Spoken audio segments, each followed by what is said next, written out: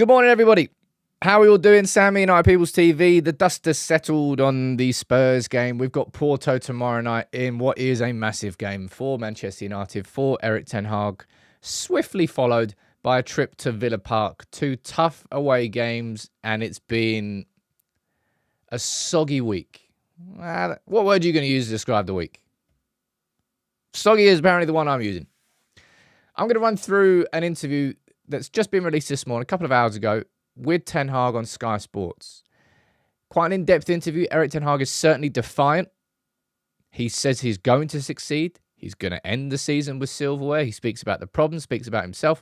And, well, I'll run through the main parts of that interview. Also going to speak about Benni McCarthy's interview, where he questions Erik Ten Hag's fire and passion. Says he's one of the best tactical minds he's ever worked with. But does he have that fire and passion? We can have a conversation about that. And the Bruno Fernandes farce of the red card. We'll speak about Porto and Villa. Hey, man. Porto away was always going to be a big game in the context of the group stage of the Europa League now. But it's taken on a whole new significance. Right. I'll see who's down here from the mod and the member gang. As always, throughout the entire show, please fire in your comments and your questions. I will try and interact with as many of you as I possibly can. Wet and soggy on all fronts, says Kevin. Yeah, soggy. It's exactly what this week has been. Soggy. Not even moist. Soggy. Carl, good morning to you. Josh, you're there as well. And I saw you earlier. Good morning to all of you. T, you're there too. Teresa, good morning to you. James and Thomas. We've got Ronnie. We've got Chris, Lyle. We've got Natasha. We've got Rofi, Lisa. And we've got Foxy. Good morning to all of you. We've got Romero.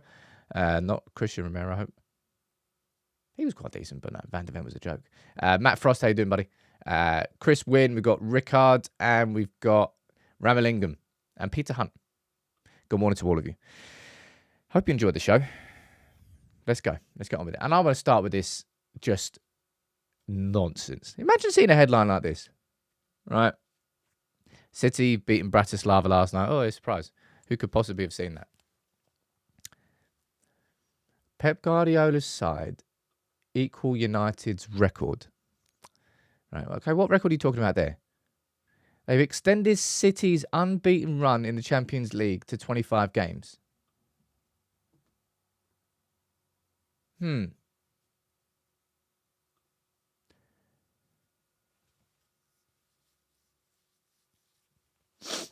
Are we just forgetting that they lost a Real Madrid on... That's hilarious, because apparently down on UEFA's rulings, because it ended 1-1, it's technically a draw. And despite the fact that City lost the game and went out on penalties, it doesn't count. Imagine having the audacity to write that as a headline. It just made me laugh. And I need something to laugh about this week. I'll be honest. There hasn't been much to laugh about or much to smile about when it comes to talking about United. But that's top tier. That's top tier, that is.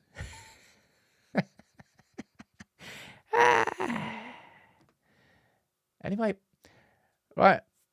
Like, I know that, lads, I know that City have just won in the Champions League, but no one cares about City. Is there any way we can get United into the headline? I've got an idea. One sec. Let me check something. Let's run with it. You just have to point it out and laugh. That's all you can do. Now, something else I want to quickly mention here is this, right? Manchester United facing a fresh PSR challenge if we fail to reach a Champions League. We've just renewed with Adidas. Was it last season we renewed with Adidas? I think it was. And I believe it was 900 million and a 10-year deal. It was huge. United, that's those sorts of like kit deals. It just makes you realise the scale of United. Like, how are we still pulling in those numbers which beat all the other teams when we are so crap? But anyway, the reason I'm putting this up is this. Now, Martin Ziegler and the Times, I've got a lot of respect for them, but this just kind of feels like another example here. I just like showing you the examples of kind of opportunistic journalism. I don't really know what way to describe this. So this came out on the 1st of October, right? The Manchester United faced a fresh challenge if they fail to reach Champions League, because if we do not reach a Champions League, Adidas's deal goes down by 10 million in the first year. Now, that's news. However, that was also news back in March when Martin Ziegler reported the exact same thing. So this is why I'm highlighting it to you. The story was already told 6 months ago or so, but because Manchester United have lost this week, how about we resurface that to really compound the misery of the defeat? That's kind of just the reason I'm putting that up. It's not the fact that it isn't newsworthy, because it absolutely is. It's more the fact that it's already been news and it's just being brought up again because it's Manchester United. I say it is what it is. It's just frustrating. Anyway, let's move on from the hilarity of City's unbeaten run in the chat. Well done, lads. Let's just ignore that penalty shootout that you lost. That doesn't matter. That doesn't matter. All right? And let's speak about this like genuine farce. Right? I learned a big lesson on Sunday with my reaction to that red card. I already mentioned it in the match reaction, but I watched the incident in real time, and before watching a replay, I gave an opinion on it and got it spectacularly wrong. Because to me, it looked like Bruno Fernandes had just petulantly kicked out at Maddison because he was frustrated at how United had played in that half, and he got himself a red card. And I'm thinking, you absolute whopper. No, I was completely wrong. He slipped. I deleted it, but I got some pelters, a lot of pelters from a lot of people. Now, I'm sure you've seen what happened yesterday. The FA have decided to overturn the red card. Manchester United appealed. The FA upheld the appeal. And now, Bruno Fernandes is going to be available for the Villa game, the Brentford game, and whoever we play after Brentford. Okay?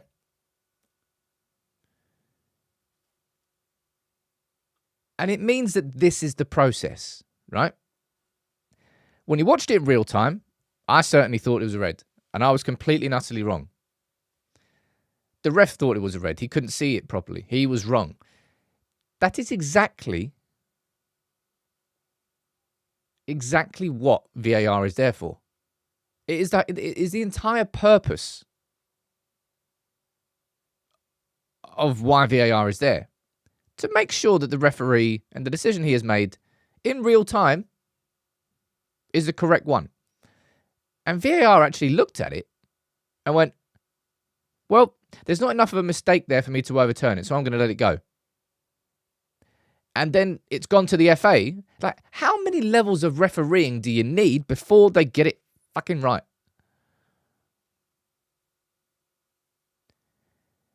Honestly, and this, I've said this, I don't know how many times now, but like, just take me back to when all you did was moan about incorrect decisions.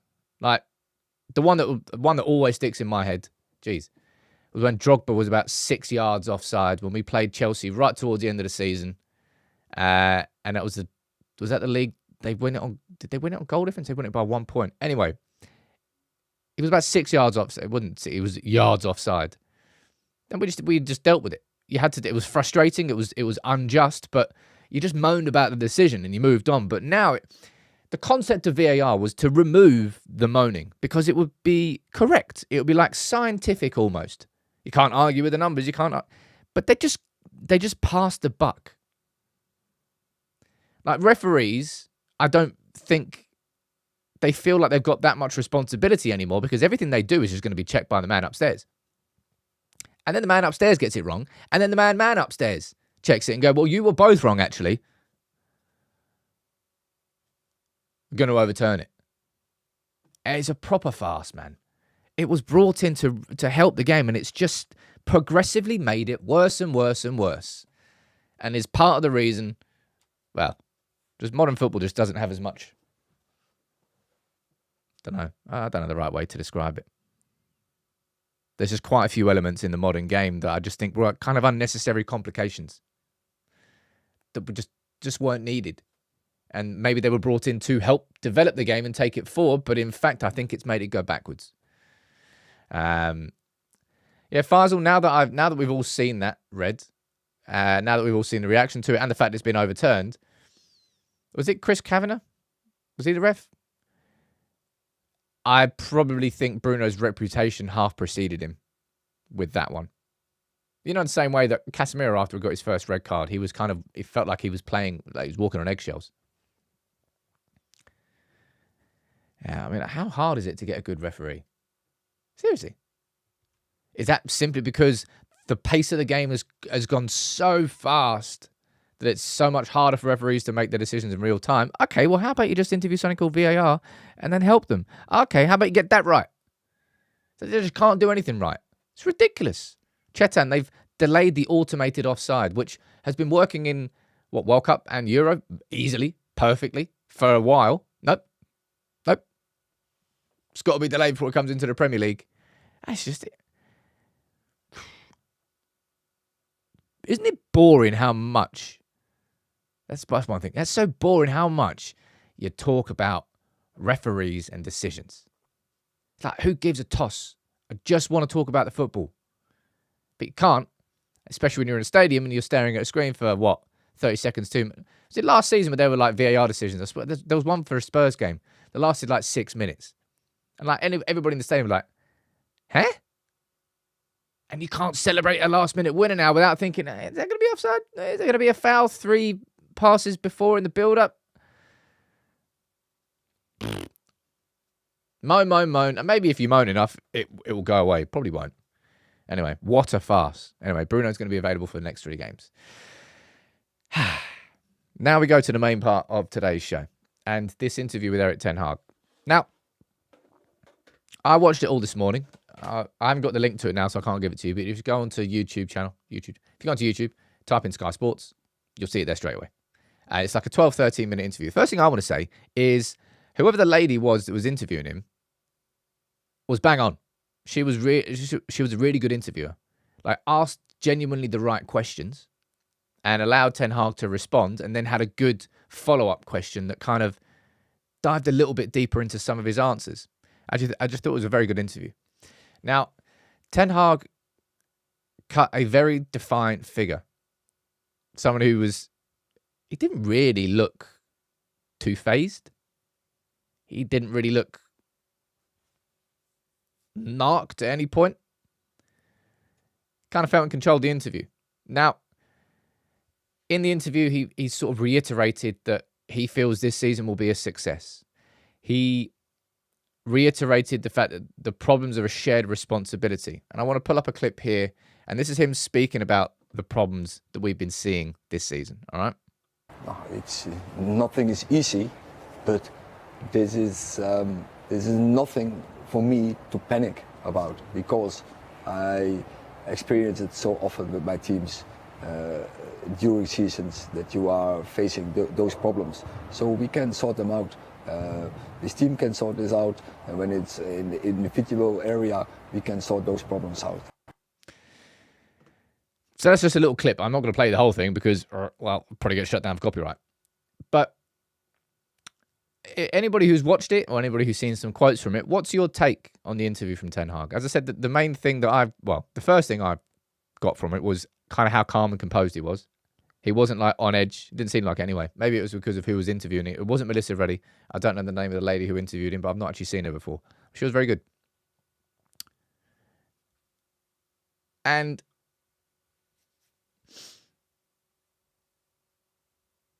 I don't disagree with what I see here, right? If you lose your faith, you lose everything. We have to keep going and stick to the plan. Erik, that's exactly what I think.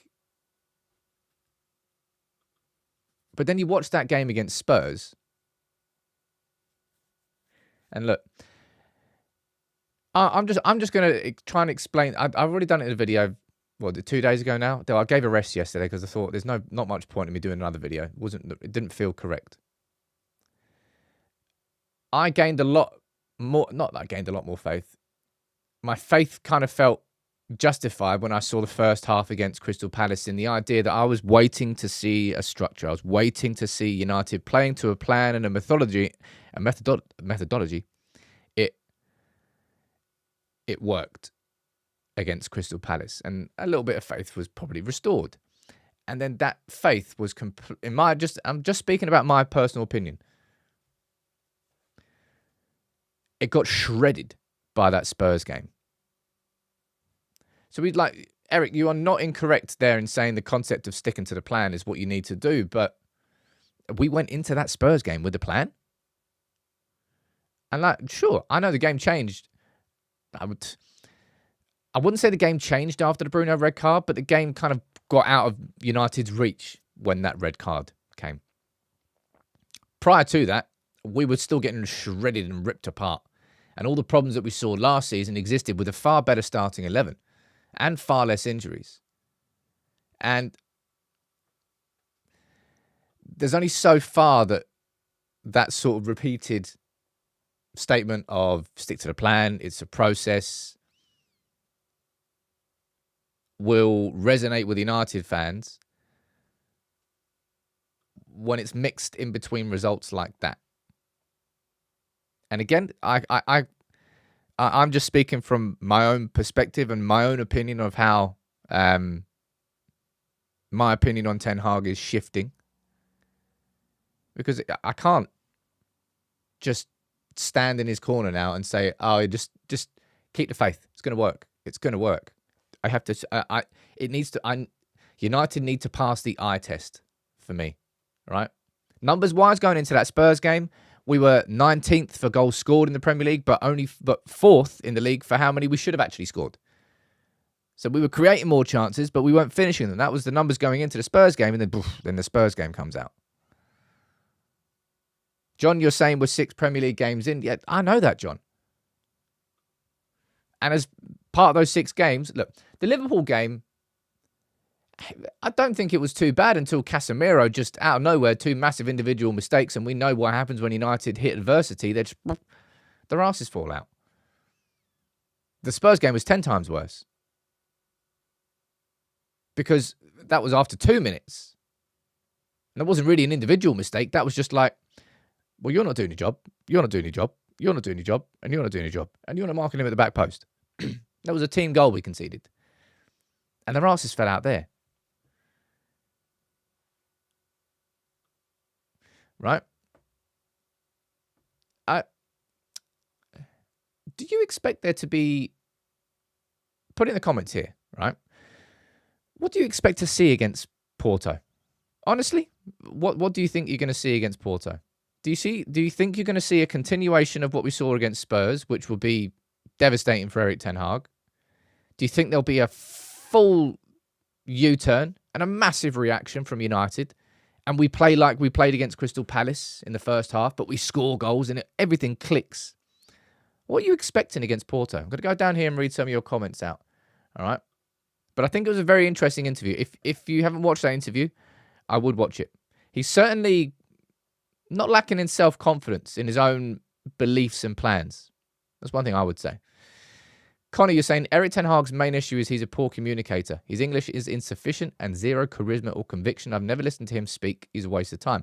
Well, cheer up, Connor. But it's funny you should say that, because later in the show, I've got literally this word on screen that I'm going to be speaking about. So I will come back to that comment at the right time. But I do agree that communication is probably the fundamental weakness that I'm not sure he'll ever be able to overcome, simply because of the language difference and culturally.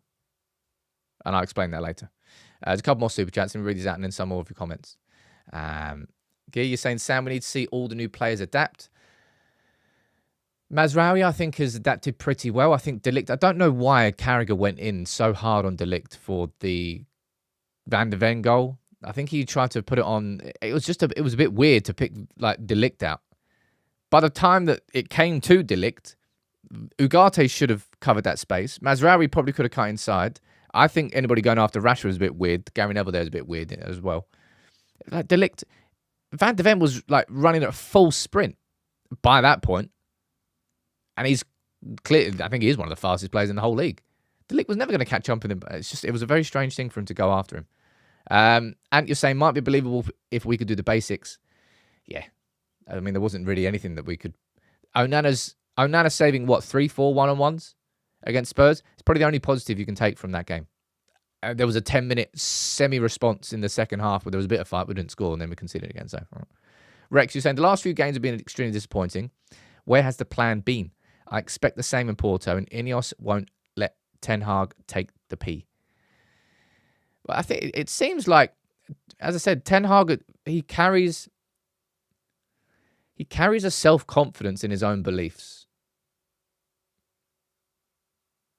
Now, for me, that confidence is waning, fading. I don't doubt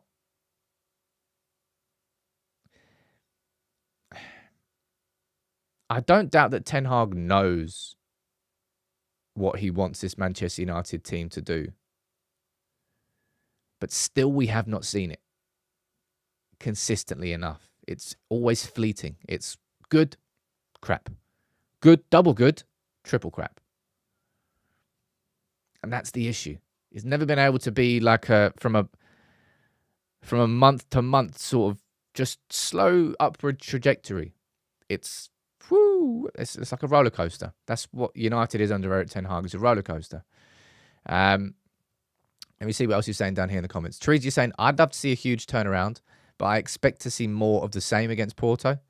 Chetan, you're saying another boring draw with near misses. I can't imagine us winning. Faisal, you're saying don't think we'll play badly against Porto. Craig, you're saying seeing a slight improvement, but not confident in the win. Stephanie saying best we can hope for is a scrapping draw versus Porto.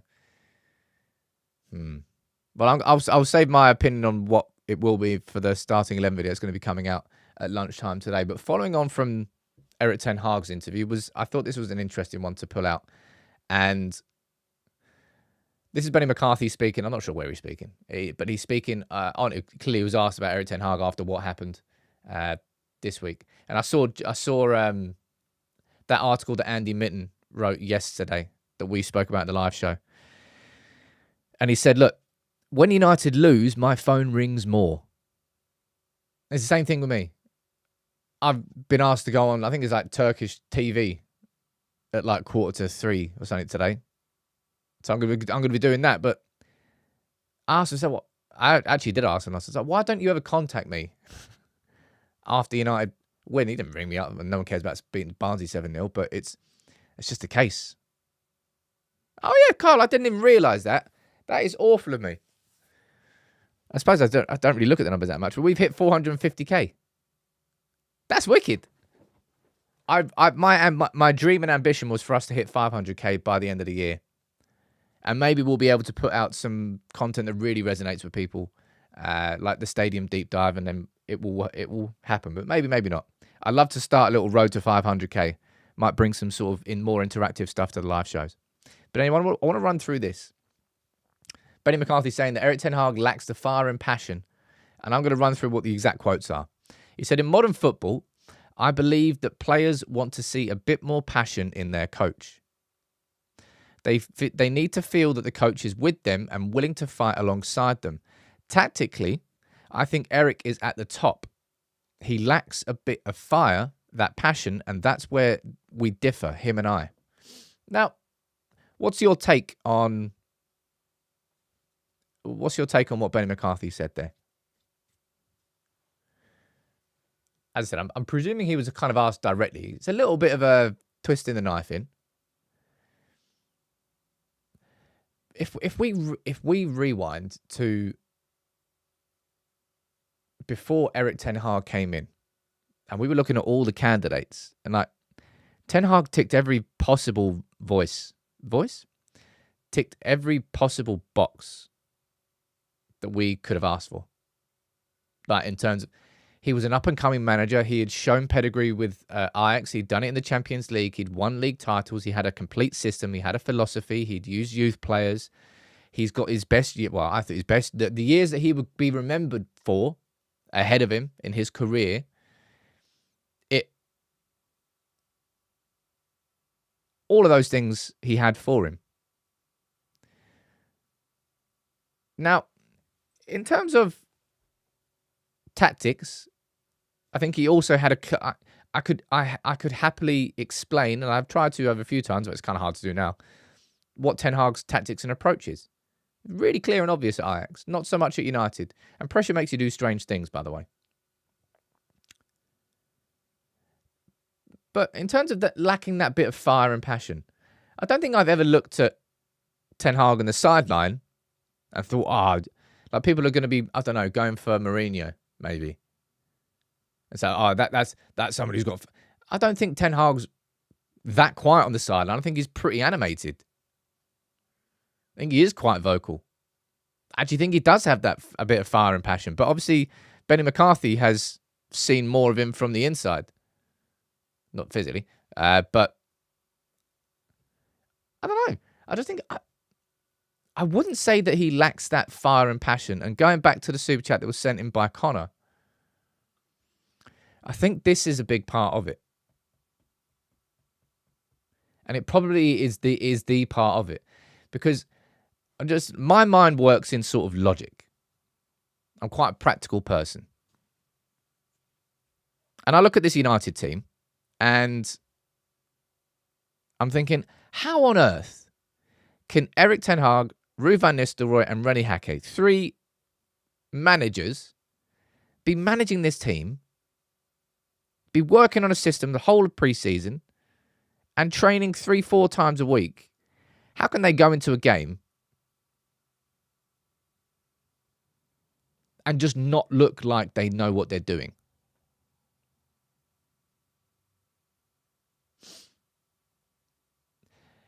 And part of it has to be communication. Because, look, Benni McCarthy there saying, look, tactically, Erik Ten Hag is at the very top. One of the best that he's worked with. So, from a tactical perspective, in terms of being able to explain the game, being able to explain what he wants, he understands that. But in terms of getting that across to the players, and in terms of them understanding it, I think there is a disconnect there. I think there always has been a disconnect. And people are like, Ten Hag's lack of charisma was point. I don't think Ten Hag has got a lack of charisma. Just because it's not one that probably you associate with what? So if Ten Hag all of a sudden was like vein popping, all of a sudden was doing a Klopp and spitting in a fourth official's face from 2 inches, all of a sudden he's got that fire, he's got that. No. In the same way I did it, partly, I'll be honest. In the same way you look at Anthony Martial, and just because he doesn't smile doesn't mean he's a miserable guy, right? He can do whatever the hell he wants, right, with his own persona. And simply because I think I'm always going to be coming back to it. And I think at the end, if this goes down the path where Erik Ten Hag is sacked, I think I'm going to come back to this word more and more often because it feels like it's quite fundamental. And I think as the stories come out, I think it's part of it. I'm going to read some of your comments here. Aaron has a fair comment saying there's a difference between communicating and listening. Truth be told, Erik Ten Hag's tactics are quite complicated. All right? Like, the reason they're complicated is because it's not a fixed position for a fixed individual. It's about understanding spaces, and when that space is vacated, how somebody can step into that space. And that's why sometimes you get your left back who's inverted into the number 6 role, and someone Rashford has to track back and go cover somewhere else. And then sometimes you might not have Christian Eriksen there alongside him. It'll be Kobbie Mainoo, and they're switching. There isn't like a fixed setup in or out of possession for United. It's kind of the concept of doing it is it allows you to react more in real time. It can make you a little bit more unpredictable. But from a football IQ perspective, you have to be constantly thinking a lot of the time about where you should be or where you shouldn't be. And I think the players have struggled with that the whole way through. And I think Erik Ten Hag has probably struggled a little bit in being able to properly communicate that across to the point where people understand it. And that's... Ten Hag might be I suppose a coach is the same as a teacher. A coach is a teacher, right? At its core, a coach is a football teacher. Should be able to say, this is what I know. Let me teach it to you. And then you'll become better at it. And communication is probably the most important part of being a teacher. I'm going to go and read some of your comments out down here. There's a couple of super chats. I'll read these first. Halftime Orange is saying, Erik abandoning the 2 holding 6s setup that works so well after year 1 baffles me. Is it his stubbornness from him to go back to it? The reason that Ten Hag switched to that 1 number 6, 2 number 8 system was a proactive thought. He wanted United to dominate, to be on the front foot, and just massively overestimated its ability to work in the league and was stubborn to the point where he stuck to it pretty much all season until the end, and that's when we started winning a couple of games. I think he just really believes in what he knows, even if it doesn't actually work in the environment that he is in. It probably would have worked in the Eredivisie. Ajax had a dominant team, and there weren't too many teams who could come up against them. Hence, you could play with a more aggressive system. You can't really do that in the Premier League. But playing with 2 holding mids, that's an old school formation now. Two central midfielders who are defensive midfielders. Davey saying, how much input in-game play do the assistants have? Is Erik Ten Hag listening to them? I mean, we don't know that, and we won't know that, really. I'd like to... What is the point in having... And I was speaking to James about this on the podcast yesterday. What is the point of having assistant managers? They are there to assist you. And there is no point having assistant managers if you're going to undermine them and just constantly ignore them. That will not create a working relationship. You will just break that straight away. So I'm going to presume that he listens to them. Now, how much that has in terms of the impact of the game and in terms of the setup, I don't quite know. But there will be 0 point having assistant managers if you didn't let them assist you, right? And you're saying the system is now visible, but it doesn't mean it works. Yeah, I'm trying to think of the system I want us to...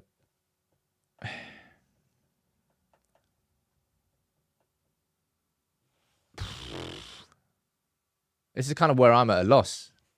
A little bit. Because after the Spurs game, the only thing that would change the narrative, it's not a scrappy 1-0 win away at Porto in the 88th minute with a header from a corner, is it? It's seeing more of what we saw in the first half against Crystal Palace. That's what we want. We want to see United. Now, that won't... And then saying that, away from home in European football has a very specific style of play when you come up against the bigger teams. And Fergie was the king of that. Drop into a 4-5-1, Rooney up top, burst on the counter, stay really disciplined, kind of in pretty much a mid block to a low block. And that's how, in those big occasions. So me thinking that we're going to be playing how we played against Crystal Palace, away at Porto, the hardest game we've got the whole group stage, is probably incorrect. But to do that, you have to be like disciplined. For a full 90, disciplined. Stay in shape. Don't let gaps come. Don't let gaps appear. Yeah, I have no idea what to expect against Porto, right? No idea. And you're talking about returning to a counter-attacking system, but I think you're probably going to be looking at that for the Porto game. Not simply because, we lost 3-0 to Spurs, I'm crapping myself, and let's just go as deep and defensive as possible. But loads of people will interpret it that way. It's because you're playing away from home. And it's going to be the hardest game that you got at the whole group stage. So don't let them have their way with you at home. Try to frustrate them and then use your strengths, because we've got the strengths in it. We've got Garnacho, we've got Rashford, we've got Højlund, we've got Xerxes, we've got Bruno and Eriksen who can find the balls over the top. Mainly looks like he's injured, by the way. And that's not the podcast I did was the podcast. It was the Ripple Effect, James's podcast on Spotify. So it wasn't the United People's TV podcast, which I still plan to bring back this season. But yeah, I think I've told you I'm at full capacity work-wise. I think if I tried to bring the podcast back in, I just wouldn't be able to do it justice. Let me read some more of your comments out down here. Gavin, there's a good question, saying, who is communicating on the pitch when players are out of position? Like, there was a video that went around this week on Twitter saying, look, United players are arguing on the pitch. It's a sign of the times. Then they were just probably talking about what's going wrong. Like, your players need to speak on the pitch. And if they're losing, I expect them to be pissed off with each other. I wouldn't say, it's a sign of the times. They're arguing. Oh, my God, civil war. I'd be more worried if they were just walking around, just looking in the air going, playing crap, aren't we? Not going to do anything about it. I don't know who the leader is. I mean, that's why you need a spine of a team. You need to have your defender who can marshal that defense. You need your midfielder who can make sure that midfield stays watertight. And you've got that attacker who makes sure that everybody in their own zones are completely disciplined. It's like organising school kids, man.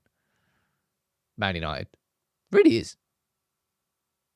Like, so many occasions. 3 minutes, that goal, like, all right, you conceded, you 1-0 down against Spurs. All right, fine. You've got 87 minutes and you're at home. You can turn this around. But no, they're like, oh, no, we're 1-0 down. Oh, my God, 1-0 down. No, don't give it the ball. Don't give it, no, not digging. No, don't want it. That's kind of how United played after the they went 1-0 down after 3 minutes. And if we go 1-0 down in the first 10 minutes against Porto, I'm going to crap me wee pants. Because you kind of absorb the feeling of the players. You're like, oh no. And you can't help but react like that as a fan now. Previously, if United went 1-0 down, especially at home, you'd be like, it doesn't matter. I don't know whether immature is the right word to describe it, but they're weak against adversity. They really are. And I think that comes from within. I think that's an internal thing. Now, you can try and coach that, but I don't think you can coach a weak person into becoming a strong. That's semi-a-lie. But you can't just coach a weak person into becoming a strong person. They have to want it. It has to be internal reflection. They have to realize that a lot of it's upstairs, and they have to be able to do it themselves. Now, you can coach them and help them along the way, but if they don't want to do it, they won't do it. I'm not looking forward to it. We have got leaders on the pitch, yeah, I know. Bruno's there, Martinez is there, De Ligt, Casemiro. There's a lot of experience, but still, despite having these experienced heads, still their asses fall out. As soon as something bad happens, it's kind of like, woe is me. Rather than, sod that, let me quickly correct that. Yeah, Giggity, you can instill, that's a fair point. You can instill confidence. And there's so many factors. There really, really are. Rex, what are you saying, sir? Saying, how's the dry spell going, Sam? I recently just stopped drinking for 6 weeks because of health reasons and felt so much better. I am officially 4 days into it. Something like that. But it's 10 weeks. I'm looking forward to it, man. I'm really looking forward to it. I think these 10 weeks, I've realized now that the ankle's got to the point. I was doing some stuff in the gym yesterday, and I've started to feel my Achilles. I can feel my Achilles aching, which is, in my opinion, a good thing, because I hadn't felt that before, because my ankle's been so weak that I've not been able to walk or move around properly. So my Achilles has hardly been used. So this is my leg finally starting to use the Achilles again. So now I'm at the point where I'm probably about 3 months of rehab on the actual Achilles. Not a rupture, but it's just really weak and it needs more strength. Ah, man. Nobody ever take your body for granted. I swear to God, that's what this rehab has taught me. I haven't had it on the right leg, and it was nowhere near as bad as this one. Saya, you're saying it's saying something that I'd probably say last season was one of the better seasons post-Fergie. That was a good FA Cup. Saya, are you drinking Saturday in the morning? Last season was an absolute abomination. Really was. From a finishing position, it was the worst we've had in the Premier League. I personally, and I will always stand by this, I personally think that the football across the course of the season was worse under Louis van Gaal. However, the humiliations that we had last season were tenfold. Ended with an FA Cup, though. What else is he saying down here? Is playing for United just a poison chalice, says Daniel. Daniel, I kind of want to do a bit of I don't think a deep dive on that, but I think I'd like to do a sort of a mini doc on that. Because it certainly has been over the last 10 years. It's like, don't know why I'm thinking that. What's it called? What's the name of the job in Harry Potter? Is it Dark Arts teacher? Why can't I remember that? What's the actual name of the role? Defense Against the Dark Arts. Isn't that role's cursed? I won't tell you why. It's kind of like the United job. Anyway, one final thing here before I go back to your comments and then we'll wrap it up. The under-21s played last night. Zach Baumann scored a goal. They played Hertha Berlin in, I think it was the Premier League International Cup. And this was the team that played, right? Harry Mass is still playing with under-21s. You can see Ethan Wheatley there. Dan Gore again playing, again captaining the team, and he looked good. On the bench, you can see Bianchieri is down there. Mantato, Baumann came off the bench to get the goal. No Jack Fletcher. But Tyler Fletcher's there. Does that mean Jack Fletcher's injured? Don't quite know.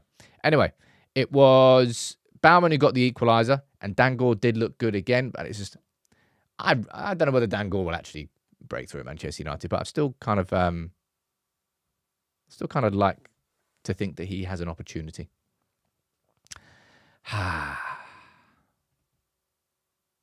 could probably do a little mini doc with that comparison about the United job and the Defence Against the Dark Arts job. I think you could edit that to be really, really cool.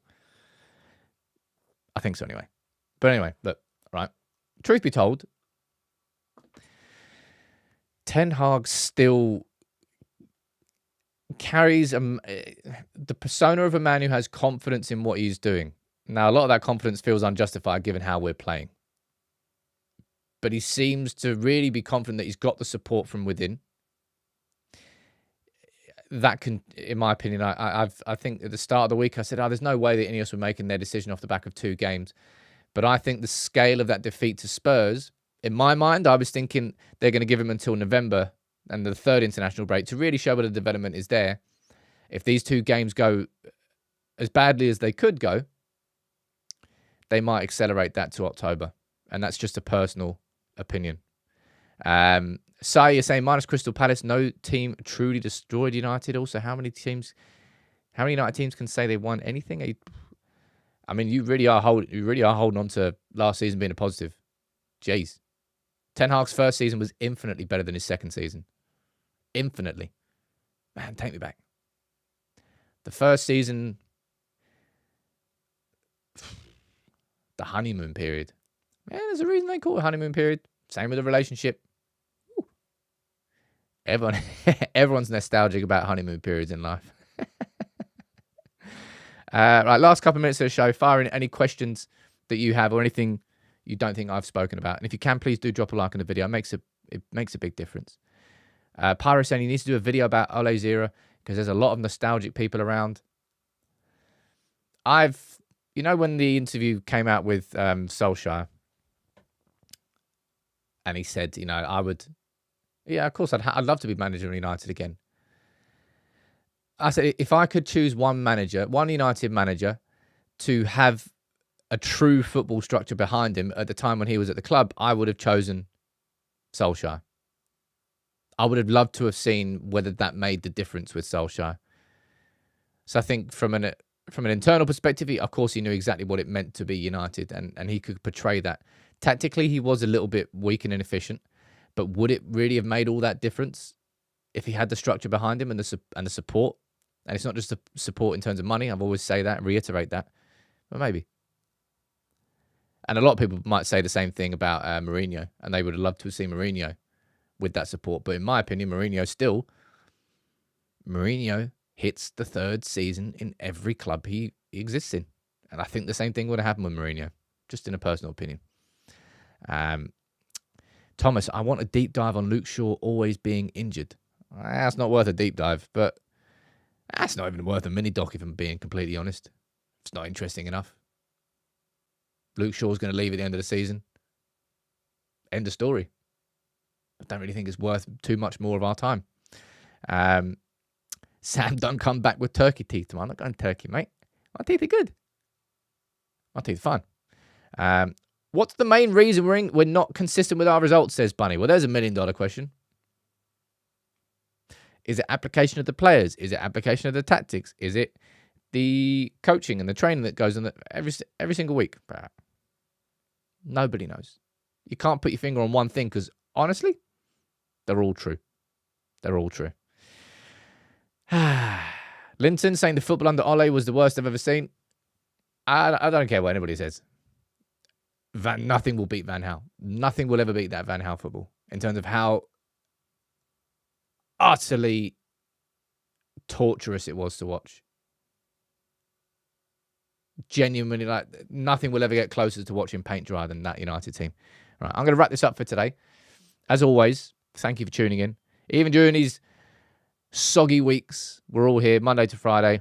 I'll be here a little bit later today with my starting 11 for Porto. All right. Of course, we need changes, and there will be changes. I'm going to run through that and my prediction for the game. Thank you all for tuning in. Yeah, Ten Hag, he believes in himself. But if we are going to have faith in this plan, Erik, man, you can't have performances like that against Spurs, where it just looked like there was no plan whatsoever. And if there was, it disappeared after about 180 seconds.